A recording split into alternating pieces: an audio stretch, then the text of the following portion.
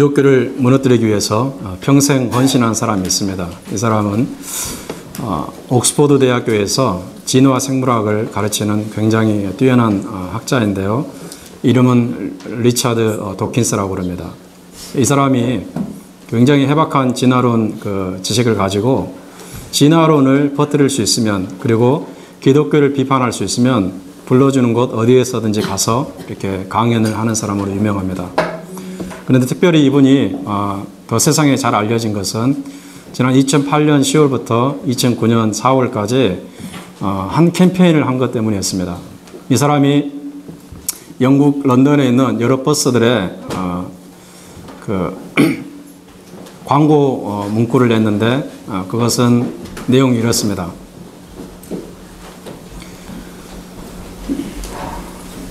하나님이 어쩌면 없을 수도 있으니까 미래의 심판에 대한 두려움을 떨쳐버리고 지금 당신의 인생을 즐기시오, 이렇게 말했습니다. 어쩌면 하나님이 없을 수도 있으니까 미래에 하나님이 심판할 것을 생각해서 두려워하지 말고 지금 현재 여러분의 인생을 즐기라, 이런 말이었습니다. 자, 그런 광고 문구를 통해서 수많은 사람들에게 하나님이 없다고 이렇게 선전을 냈고, 심지어 기독교 신앙을 가지고 있는 사람까지도 그 신앙에서 떠나게 만드는 그런 일을 하고 있습니다. 지금도 여전히 이 사람은 왕성하게 기독교 비판에 열을 올리고 있습니다. 자기 평생을 기독교를 무너뜨리는데 헌신하는 사람입니다. 머리도 똑똑하고 가진 지식도 많고 그런 사람이 그의 지식과 에너지와 시간을 이렇게 악한 일에 쓰고 있다는 것을 볼 때에 참 안타까운 인생이다, 이런 생각을 하게 됩니다. 또 이런 사람이 있는가 하면은 어떤 사람은 많은 돈이 있음에도 불구하고 그것을 의미 있고 가치 있는 곳에 쓰지 않고 무익한 곳에, 아무런 가치가 없는 곳에 쓰는 사람도 있습니다. 만약 여러분이 280억 원이라는 돈을 강아지에게 유산으로 남겼다, 이런 말을 들으면 여러분 믿어지시겠습니까? 280억 원 엄청난 돈인데 이 돈을 모으는 것도 거의 불가능한 일이고, 설령 모았다 할지라도 그런 돈을 강아지에게 유산으로 남긴다는 것은 더더욱 이해할 수 없는 일입니다. 그런데 이 일이 있습니다. 여러분이 잘 아시는 분인데 세계적인 토크쇼 진행자 오프라 윈프리가 바로 그런 일을 했습니다. 세상에 알려지기로 이 사람은 재산이 약 1조 원이 넘는다고 그랬습니다. 1조 원이 넘는 재산을 가지고 있는데 그 많은 재산 중에서 또 좋은 데도 많이 쓰겠죠. 그런데 280억 원이나 되는 돈을 자기가 키우는 강아지에게 유산으로 남길 수 있는가? 좀 이걸 생각해 보면은 정말 저렇게 돈을 쓸 데가 없나라는 생각이 듭니다. 그 돈이면은 굶어 죽어가는 수많은 사람을 살릴 수도 있고, 또 많은 학생들이 공부를 할 수 있는 장학금을 줄 수도 있고, 교회를 세울 수도 있고, 또 국가의 기관 산업을 위해서 투자할 수도 있고, 많은 좋은 일을 할 수 있는데 강아지에게 그런 유산을 남기는가? 저는 도무지 그 사람의 세계관을 좀 이해할 수가 없습니다. 사고방식을. 어리석은 낭비죠. 이렇게 우리의 인생을 돌아보면은 어떤 사람은 자기가 가지고 있는 좋은 재능을 아주 나쁜 데 쓰는 사람도 있고, 평생 거기에 바치는 사람도 있고, 또 어떤 사람은 많은 돈을 모아가지고 정말 무가치한 곳에 쓰는 그런 사람도 있습니다. 참 이해할 수 없는 일입니다.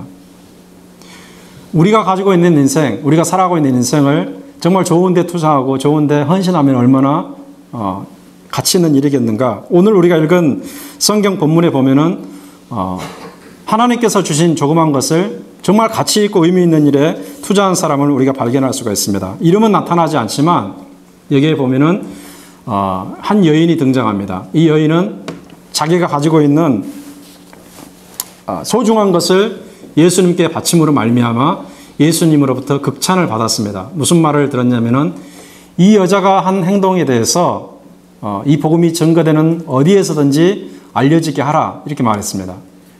바로 그것 때문에 2000년이 지난 지금까지도 이 여자의 행동은 성경을 통해서 알려지고 있고 우리가 듣고 있는 것입니다. 이야기를 보니까 이렇게 시작을 해요. 예수님께서 이제 3년 반의 그런 일을 다 마치시고 이제 십자가에 돌아가실 일이 가까워졌습니다. 이틀 전의 일인데 베단이라고 하는 동네가 있습니다. 이 베단이라고 하는 동네는 예루살렘에서 아주 가깝습니다. 한 1km 정도 떨어져 있는 그냥 바로 옆에 이렇게 붙어 있는 동네입니다. 이 베다니에 계실 때에 예수님께서 나병 환자 시몬의 집에 들어가서 식사를 하게 됩니다. 여기서 나병 환자 시몬이라 하면은 이 사람은 지금은 아마 치료가 된 사람이라고 생각을 합니다. 과거에 나병 환자였지만 어쩌면 예수님의 은혜를 통해서 치유가 된 이후에 예수님에게 어떤 감사의 표시로서 예수님의 제자들과 더불어서 식사를 하는 그런 자리로 보여집니다.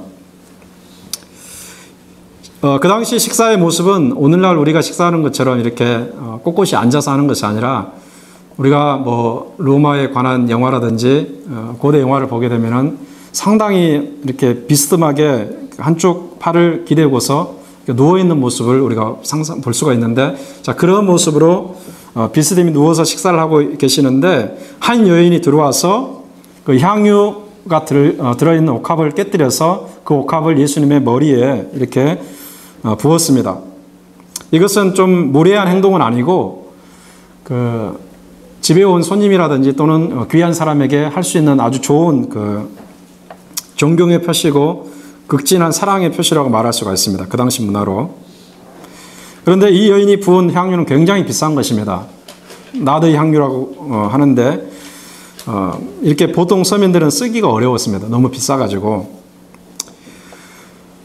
이 여인이 자기 집안에 있는 가보를 가지고 와서 깨뜨렸는지 아니면 자기가 열심히 벌어서 모아가지고 그것을 샀는지 그건 알 수가 없지만은 아주 소중한 향유이면은 틀림이 없습니다. 그렇게 향유를 부을 때에 옆에서 같이 식사를 하던 제자들이 비난을 하죠. 뭐라고 비난합니까? 어떻게 그런 비싼 향유를 허비할 수 있느냐? 차라리 그것을 팔아가지고 가난한 사람들에게 나눠주면 얼마나 좋은 일이겠느냐. 이런 식으로 여자의 행동에 대해서 이렇게 비난을 퍼부었습니다. 쓸데없는 곳에 낭비하고 있다는 거죠. 쓸데없는 곳에 왜 낭비하느냐. 굉장히 힘들었을 것 같아요. 여자가 자기 딴에는 준비해서 아주 좋은 곳에 그 향유를 쓴다고 생각했는데 예수님 옆에 앉아있는 제자들이 막 욕을 해야 되니까 얼마나 난처했겠습니까, 여러분? 난처하고 당혹스럽고 굉장히 힘들었을 거라고 생각을 합니다. 내가 지금 잘못된 행동을 하고 있는 것인가? 이런 생각을 했을 수도 있겠어요. 그런데 예수님의 반응은 이 제자들의 반응과 굉장히 다릅니다. 제자들은 그 여자의 행동을 비난하고 욕을 하고 조롱을 하는데 예수님께서는 그렇게 말하는 것이 아니라 이 여자가 지금 좋은 일을 하고 있다. 나에게 좋은 일을 하고 있다. 그래서 나에 관한 복음이 증거되는 곳은 어디에서든지 이 여자가 한 일도 같이 선포되게 하라. 이렇게 말씀하십니다. 기념해서 알리라고 말씀하십니다. 그럼 우리가 좀 물어봐야 되겠죠. 제자들은 비난하는데 왜 예수님은 그 여자의 행동을 이렇게 칭찬하고 있는가? 제가 얼마 전에 말씀드린 것처럼 예수님을 만나가지고 칭찬받은 사람 딱 3사람이 있어요. 수로보니게 여인이 그러했고, 백부장이 그러했고, 이 여자가 그러했는데 예수님이 만난 수많은 사람들 중에서 칭찬받은 사람은 딱 3사람인데 이 여자가 칭찬을 받았다는 거죠. 어떤 행동으로? 향유를 예수님께 부음으로 말미암아. 그런데 제자들이 그 행동을 비난했는데 왜 예수님께서는 칭찬을 하시는가? 우리가 이 부분을 생각할 필요가 있습니다. 2가지 이유를 우리가 본문을 통해서 알 수가 있는데 첫 번째는요. 여인이 참으로 가치 있는 일에 자신을 헌신했기 때문에 예수님은 그 여자의 행동을 칭찬했습니다. 가치 있는 일에 소중한 것을 썼다는 거죠. 만약 무가치한 곳에 소중한 것을 썼다 그러면 예수님도 칭찬하지 않으시고 막 책망하지 않으셨을까 이런 생각을 합니다. 마가복음 14장 5절에 보면은 동일한 기사가 기록이 되어 있는데요. 여기에 보면은 이 여자가 부은 그 향유의 값어치가 나옵니다. 무려 얼마냐면은 300데나리온입니다. 이 데나리온이라는 것은 오늘날 우리가 쓰지 않는 화폐 단위인데 그 당시에 하루 일당을 데나리온으로 표시했습니다. 예를 들어서 우리가 만약에 아파트 공사 현장에 가가지고 일을 해서 저녁 때에 그 주인에게 받는 돈 이것이 한 데나리온이었습니다. 그러니까 노동자가 만약에 일주일에 6일을 일한다고 치면은 1년 내내 한 푼도 쓰지 않고 모아야 되는 돈이 300데나리온입니다. 그러니까 엄청나게 많은 돈이죠. 우리가 아무리 요즘에 노동비를 작게 잡아도 한 3만 불 정도는 되지 않을까 이런 생각을 합니다. 엄청나게 비싼 향유예요. 보통 사람이 쓸 수가 없습니다.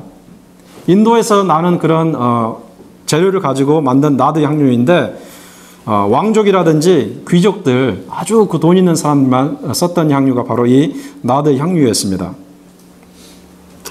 자, 이렇게 비싼 향유를 그냥 한 번에 예수님의 머리에 쏟아 부을 수 있는 것인가?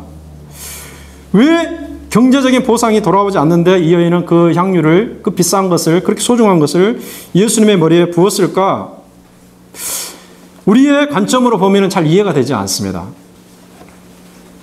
우리의 관점으로는 이해가 되지 않지만 예수님은 좀 우리와 다른 그 눈을 가지고 계시잖아요.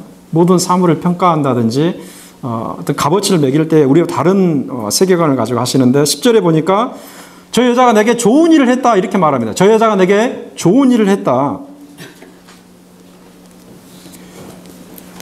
제자들의 말처럼 이 여자가 그 돈을 팔아가지고 가난한 사람을 구제할 수도 있을 겁니다. 양로원이나 고아원이나 병원이나 학교나 이런 데 갖다 주었을 수도 있습니다. 기부하는 것은 참 아름다운 일이잖아요. 그렇게 할 수도 있습니다. 사람들의 눈에는 어쩌면 그것이 더 가치 있게 보입니다. 당연히 그렇죠. 그런데 왜 이 여인은 그런 쪽을 선택하지 않고 기부하지 않고 예수님의 머리에 그걸 쏟아 부었는가? 왜 그랬을까? 그것은 자기 인생을 가치 있게 만드신 분이 바로 예수님이었고 자기 인생을 가치 있게 만든 그 예수님을 위해서 소중한 것을 쓰는 것은 가치 있는 일이다 이렇게 판단했기 때문이었습니다.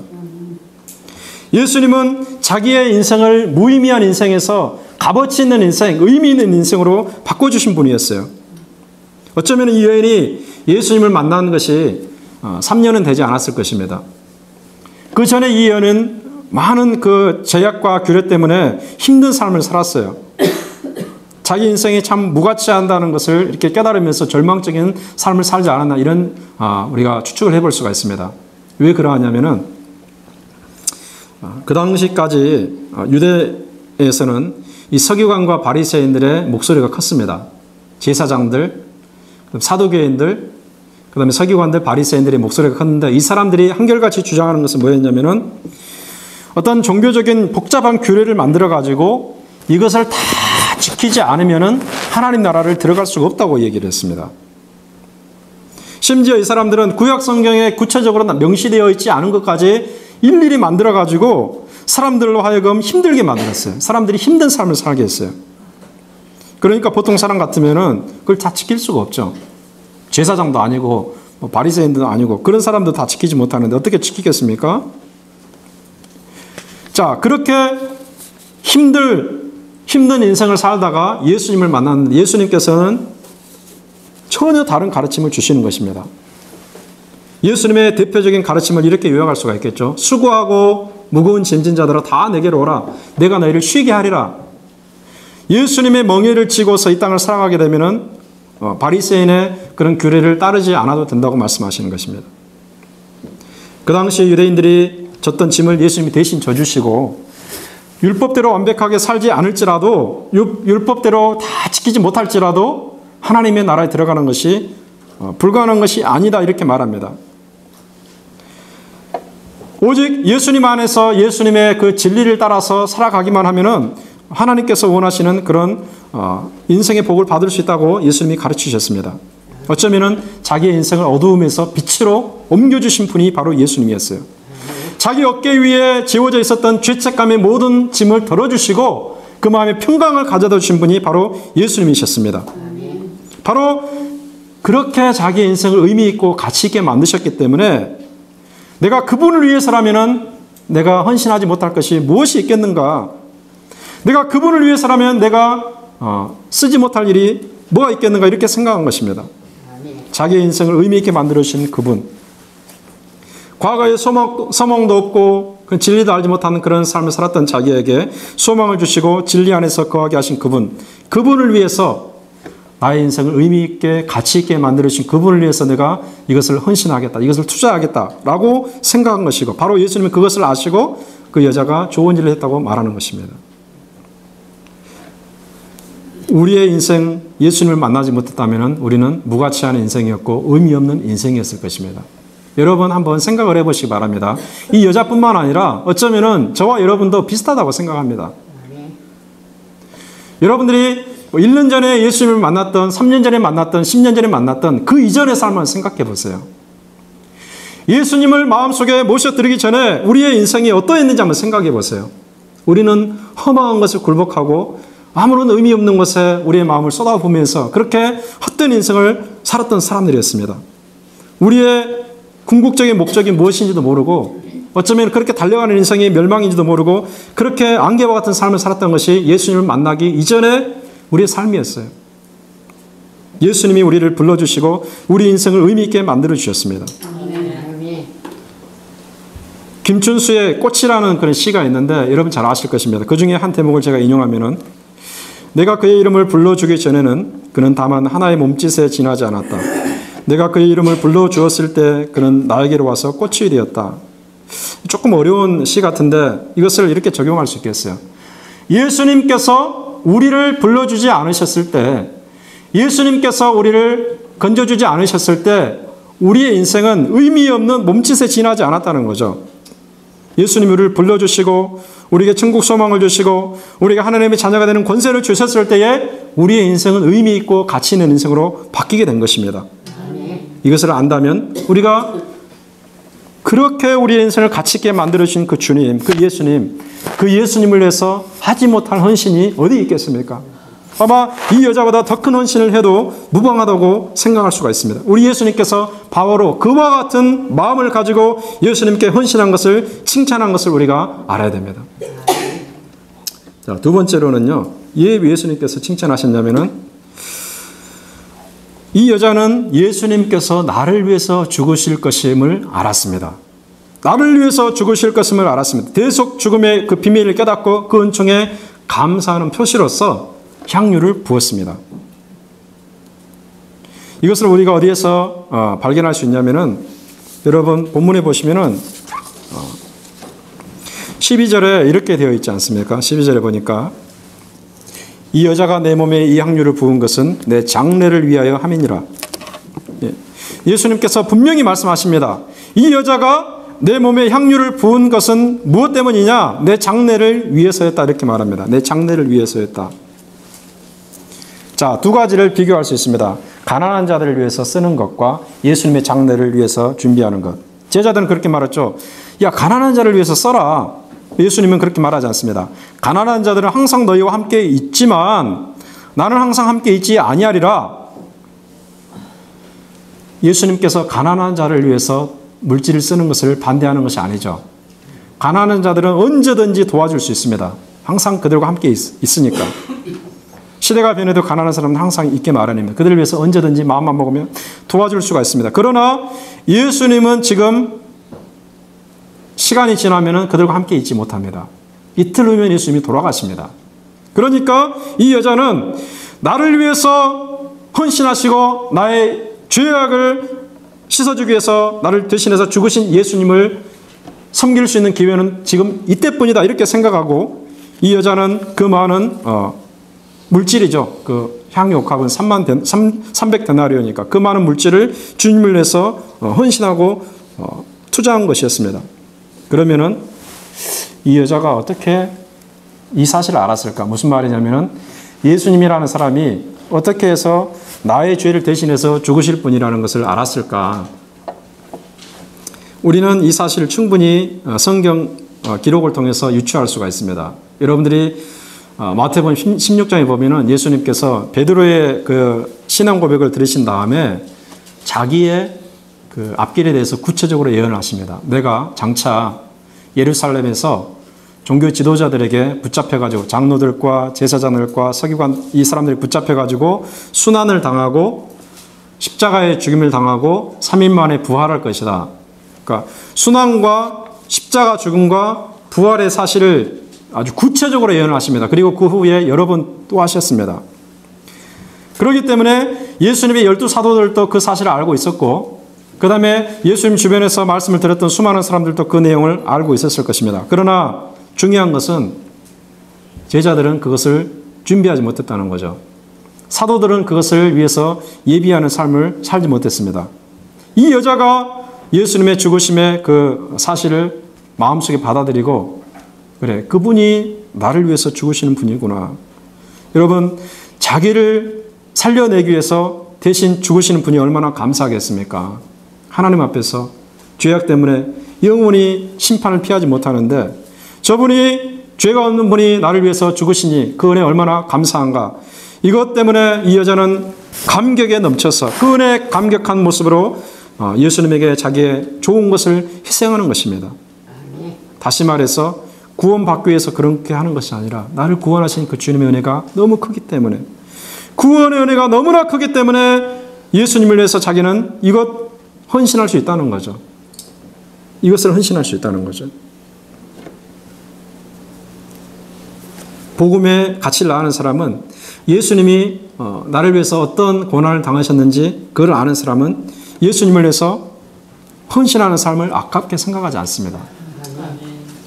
그를 위해서 목숨을 버린 사람도 있습니다. 문자적으로 그렇습니다. 여러분, 위튼 대학이라고 아주 유명한 대학을 우등생으로 나오고 레슬링 챔피언까지 지닌 한 사람이 있습니다. 그 사람의 이름은 짐 엘리엇입니다. 아마 여러분 들어보신 분도 있어요. 짐 엘리엇이 미래가 창창한 젊은이였습니다. 아주 똑똑한 사람이었고 스포츠에서도 아주 유능한 사람이었습니다. 그런데 이 젊은이가 29세 나이에 죽고 맙니다. 죽지 않아도 되는데 죽고 맙니다. 자살한 것은 아니고 다른 사람의 창에 찔려서 죽었습니다. 사건을 보니까 1956년에 이 사람이 친구 4명과 더불어서 에콰도르에 선교를 하러 갔습니다. 이 친구들도 다 똑똑한 친구들이었는데, 친구 4명과 더불어서 5명의 청년들이 이제 각 결혼한 신혼부부였습니다. 전부 다. 이 사람들이 에콰도르 와우라니 부족 또는 아우카 부족이라도 말하는데, 이 와우라니 부족에게 복음을 전하러 가는데, 불행한 것은 이 부족들은 사람을 막 죽이는 그런 부족이었어요. 특히 어떤 사람들을 죽였냐면 자기들에게 위협이 될 만하다고 판단되는 사람들 무조건 다 죽였습니다. 그래서 자기 인근 부족들 간에도 자꾸 죽이는 그런 일들이 많았는데, 이 사람들이 헬리콥터를 타고 오고 비행기를 타고 오고 이렇게 자기들이 알지 못하는 이런 문명 세계에서 왔다는 것을 보고서 자기에게 위협이 된 것으로 판단했습니다. 그래서 이 젊은이들이 그 와우라니 부족의 그런 강가에서 이들에게 음식을 나눠주고 복음을 전하려고 접근했을 때에 오해를 해가지고 창으로 막 찔러 죽였습니다. 그런데 놀라운 것은 그때에 이 젊은이들의 손에 총이 들려 있었다는 거죠. 그런데 총을 쏘지 못하고, 총을 쏘지 않고 다 창에 찔려서 죽임을 당했습니다. 짐 엘리엇뿐만 아니라 5명이 다 죽었습니다. 그래서 그 당시에 1956년 미국 이 미디어에 굉장한 뉴스로 알려져 있었습니다. 그 사건을 생각해 보면은 이 젊은이들이 지금 왜 그렇게 인생을 사는가? 대학을 졸업해 가지고 사회에 나가서 직장도 다니고 사업도 하고 공부도 해 가지고 여러 가지 모습에서 헌신도 하고 공헌도 하고 또 자기들의 인생을 펼쳐나갈 수가 있는 그런 사람들인데, 왜 저렇게 에콰도르 그런 동네에 가가지고 허무하게 창에 찔려서 죽임을 당하는가? 자식들 다 남기고 부인들 남기고. 참 어리석은 낭비처럼 보이지 않습니까? 세상 사람들이 보기에는 그렇습니다. 인간적인 관점으로 보기에는 그렇습니다. 정말 헛된 인생을 살았습니다. 그러나 하나님께서 보시기에는 그렇지 않다는 거죠. 왜 그랬습니까? 그들의 인생이 왜 와우라니 부족에게 가서 자기들의 모든 것을 헌신한 인생이 되었겠습니까? 그것 한 가지입니다. 나를 위해서 십자가에 돌아가신 예수님, 이 예수님을 전하는 것입니다. 그 예수님의 은혜에 감격하기 때문에, 예수님이 나를 살려주신 그 구원의 은혜에 감격하기 때문에 예수님을 전할 수 있는 일이라면 무엇이든지 하는 거예요. 설령 그 일을 하다가 목숨이 떨어지는 일이 있다 할지라도 그 복음을 전하고자 하는 것이 그들의 마음속에 솟구쳐 올랐던 것입니다. 그 일을 하다가 목숨을 버렸으니 그것은 무가치한 인생이 아니고 세세의 사람들의 입에 오르내리면서 칭찬받을 일이고 하나님께서 보상해 주실 일인 것입니다. 그런데 나중에 어떤 일이 있었냐면요, 여러분 놀라운 일이 발생하게 됩니다. 이 5 젊은이들의 부인들이 거기 다 철수했습니다. 철수했다가 다시 짐 엘리엇의 부인이 다시 그쪽으로 갔습니다. 엘리자베스라는 여인인데 그 여자가 다시 에콰도르 가가지고 자기 남편과 또 그 친구들의 일에 대해서 자세히 설명을 합니다. 그 사람들이 왜 이런 삶을 살아야 됐는지, 그리고 당신들에게 다가갔던 이유가 무엇이었는지 하나씩 설명하면서 그 사람들의 마음을 얻습니다. 그렇게 해가지고 결국에는 이 와우라니 부족이 마음을 열고 이 사람들이 다 회개하고 그 5명을 죽였던 그 강가에서 그들이 세례를 받고 그 중에 3명이 목사가 되는 일이 발생하게 됩니다. 그러니까 결국은 이 5명의 희생이 결코 헛된 희생이 아니라 그 살인 부족을 완전히 새롭게 변화시키는 그런 삶이었다는 것을 시간이 흐르면서 밝혀지게 된 것이죠. 주님의 복음의 비밀을 깨닫고 이 복음을 위해서 헌신한 인생은 결코 허무한 인생이고 결코 무가치한 인생이 아닌 것입니다. 가치 있는 인생이요, 의미 있는 인생이요, 열매가 나타나는 인생임을 우리가 알 수가 있습니다. 우리 역시 그런 삶을 산다면 예수님을 통해서 칭찬받는 인생이 된다. 성경에서 그렇게 말합니다. 그런데 제자들은 계속해서 비난하는 거죠. 왜 쓸데없이 낭비하느냐. 제자들의 눈에 낭비하는 것으로 보였습니다. 그러나 무엇이 낭비인지 우리가 성경을 통해서 좀 더 알아야 돼요. 향유를 예수님의 머리에 붓는 것이 낭비가 아니라 성경에서 말하는 낭비가 또 따로 있습니다. 누가복음 16장에 보니까 이런 기사가 있습니다. 주인의 소유를 허비하는 종이 나옵니다. 주인이 이 청지기에게 많은 재물을 맡기고서 재산 관리를 하라고 그랬는데 게으르고 나태해가지고 재산 관리를 잘 하지 못합니다. 자, 시간을 관리하지 못하고 재물을 제대로 관리하지 못해서 그것이 헛된 곳에 그냥 이렇게 누수되는 것, 이것은 하나님의 관점에서도 낭비가 되는 것입니다. 마태복음 25장과 누가복음 19장에 보면은 두 가지 비유가 나오는데 달란트 비유와 문화 비유가 나옵니다. 여러분 많이 들어보셨을 것입니다. 달란트 비유와 문화 비유에서 예수님이 말하고자 하는 핵심이 뭐냐면은 하나님께서 각 사람들에게 다양한 재능을 주시고 또 그런 인생을 주셨는데 그것을 땅에 묻어둔다는 거죠. 잘 활용하지 않는다는 거죠. 하나님이 주신 물질, 하나님이 주신 그 지식, 하나님이 주신 여러 가지 재능, 이것을 땅에 묻어둘 뿐 주님을 위해서 활용하지 않는다는 거죠. 바로 그런 사람을 가리켜서 하나님은 어리석은 낭비를 하고 있는 인생이다 이렇게 표현합니다. 그래서 그 사람에게 있는 것을 빼앗아서 더 열심히 사는 사람에게 준다고 말씀을 하는 것입니다. 누가복음 15장에 보면은 이런 비유가 나타납니다. 한 아들이 아버지에게 막대한 유산을 받아가지고 가서 먼 나라에서 다 써버립니다. 허랑방탕하게 써버립니다. 수많은 재물을 술 먹고 쾌락을 즐기고 노는 데 써버렸다. 이것이 바로 어리석은 낭비라고 성경에서 말하는 것입니다. 하나님께서 우리에게 주신 것, 그것이 물질이 됐든 시간이 됐든 그 재능이 되었든 이것을 주님의 복음을 위해서 나를 건지시고 나를 구원하신 예수님을 위해서 헌신하고 투자하고 쓴다면 이것은 어리석은 낭비가 아닌 것입니다. 우리가 분명히 그것을 구분할 수 있어야 돼요. 만약에 이 여인이 제자들의 그 책망과 조롱과 비웃음이 만약에 마음에 걸림이 되었다면 향유를 깨뜨리지 못했을 것입니다. 아름다운 헌신을 주님께 하지 못했을 것입니다. 자신의 자존심과 사람들의 이목을 예수님의 평가보다 더 신경 썼더라면 그 여자는 예수님에게 칭찬받을 행동을 하지 못했을 것입니다. 예수님은 사람들의 이목을 두려워하지 않고 복음의 가치를 깨닫고 전적으로 복음만을 위해서 산 그 여자를 칭찬했다는 것을 우리는 마음속에 깊이 새길 수 있어야 됩니다. 복음의 가치를 모르는 사람들은 자꾸 비난합니다. 예수가 어떤 분인지 모르는 사람은 자꾸 비난해요. 왜 쓸데없는 허비를 하느냐, 낭비하느냐. 그렇죠, 여러분. 여러분 인생을 살펴보세요. 우리가 하루 24시간, 일주일 이렇게 살아가잖아요. 한 달 이렇게 살아가는데 제가 한번 곰곰이 생각을 해봤습니다. 예수 믿는 사람들이 얼마나 많은 시간을 이 복음을 위해서 쓰고 있는지. 전문적으로 복음을 전하지 않는 사람들, 쉽게 말하면 여러분들처럼 이렇게 생업에 종사하는 분들이 교회라든지 또는 복음이라든지 이런 관련해서 여러분들이 쓰고 있는 시간을 한번 생각을 해보면은 많은 사람들은요 하루에 수십 시간 쓰는 사람도 있고 아무리 적게 쓰는 사람도 죄송합니다. 일주일에 수십 시간 쓰는 사람도 있고 아무리 적게 쓰는 사람도 일주일에 두세 시간은 쓰지 않을까 이런 생각을 합니다. 또 물질은 어떻습니까, 여러분? 열심히 일을 해가지고 물질을 버는데 어떤 사람들은 자기 소득의 10분의 2까지 내는 사람도 있습니다. 아무리 적게 내는 사람도 1년에 적어도 한 몇백 불 내지 않을까 이런 생각을 하게 됩니다. 자, 이것을 세상 사람들의 관점에서 생각을 해봅시다.